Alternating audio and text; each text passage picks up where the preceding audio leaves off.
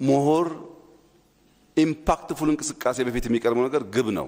ዝም ብሎ እንደዚሁ ሐሳብ የሚገበይ የሚሸጥ ሳይሆን የሆነ ነገር ለማሳካት ግብ የሚያስቀምጥ መሆን አለበት። በዚህ ጊዜ በዚህ ሁኔታ እነዚህን ጉዳዮች አሳካለው የሚል መሆን አለበት።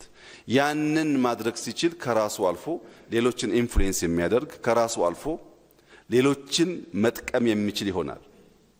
ለዚህም ነው leadership is not about power and position የሚባለው.